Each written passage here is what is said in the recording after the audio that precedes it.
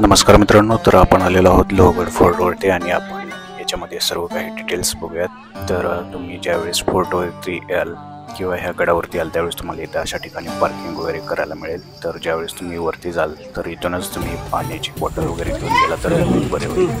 तसेच तुम्हाला इथे एक तिकीट काउंटर घर मिळेल आणि पर पर्सन किंवा पर व्यक्ती 25 आहेत, तर हे तिकीट कंपल्सरी आहे। तसेच येथे तुम्हाला काही मंकी किंवा माकडे आणि त्यांची पिल्लं वगैरे बसलेली दिसतील, तर एक अन्नदानाचा हे एक भाग म्हणून तुम्ही काकडी वगैरे किंवा इतर काही त्यांना खायला देऊ शकता, कारण हे सर्वजण खाण्याची वाट वगैरे बघत असतात। तसेच तुम्हाला ज्यावेळेस तुम्ही ट्रेकिंग करायला सुरू कराल त्यावेळेस तुम्हाला तिथे काही तसेच तुम्हाला असे काही गाडी वगैरे असतील तर तुम्ही वेगवेगळ्या प्रकारचे पदार्थ खाऊ शकता, ड्रिंक्स घेऊ शकता।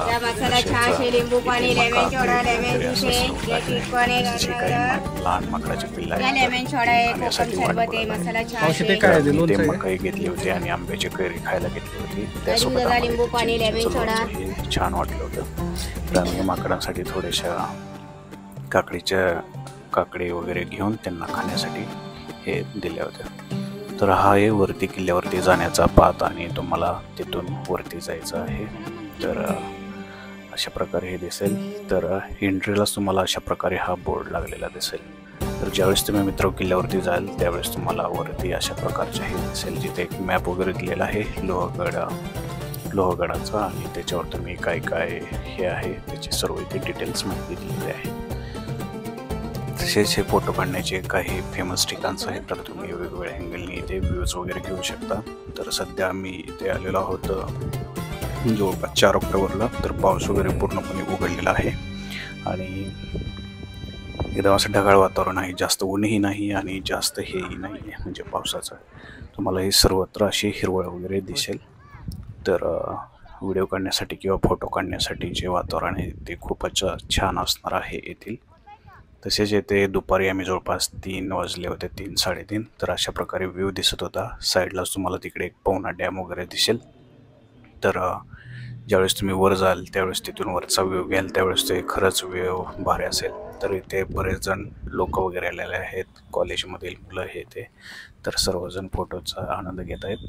तर आम्ही त्यासोबतच काही रील्स वगैरे काढल्या किंवा फोटोसाठी क्लिक काढल्या। तर तुम्ही बघू शकता की गवत वगैरे कसं मस्तपैकी हलत आहे आणि त्याचा एक वेगळाच तुम्हाला तिथे अनुभव येईल, वेगळाच उल्हास येईल।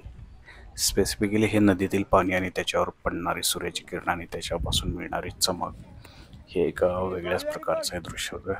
तर तुम्ही वरती लोहगडावरती गेल्यावर तुम्हाला तिथे एक मंदिरही दिसेल, तर सर्वजण तिथे मंदिरात जाताना सर्वांनी शूज वगैरे काढणं बंधनकारक आहे। तिथून देवीचं वगैरे दर्शन घेऊन त्याच्यानंतर तुम्ही एकदम वरच्या तिथल्या टोकाला जाऊ शकता।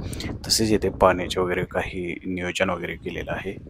तर इथे काही बांधव दगड टाकत आहेत, तर तुम्ही असं कोणी कृती करायची नाही आणि तेथील एकदम स्ट्रिक्ट कंडिशन वातावरण ठेवायचं आहे, कारण आपल्याला हा एक संस्कृत जो वारसा आहे तो पूर्णपणे व्यवस्थित नीट जपायचा आहे। तसेच किल्ल्यावरती जर बघितलं तर तुम्हाला असे ठिकठिकाणी हे दिसेल गवत वगैरे, आणि सध्या हा फुलांचा सीझन आहे, जसे की झेंडूची फुलं किंवा पिवळ्या टाईपची फुलं इथे खूप दिसतील आणि जे काही वारं वगैरे येते त्याचाही तुम्हाला म्हणजे त्या गवताच्या वाऱ्यामुळे हलणारा आवाजही येईल। तसेच इथे एक विहीर आहे खूप मोठी पाण्याची आणि ती कंटिन्यू भरलेली असते। तर मित्र अशा प्रकारे लोहगड जर तुम्ही एकदम खालून जर बघितला तर लोहगड तुम्हाला एवढ्यावरती दिसेल आणि तुम्हाला कंटिन्यू एवढ्यावरती चढायचं आहे।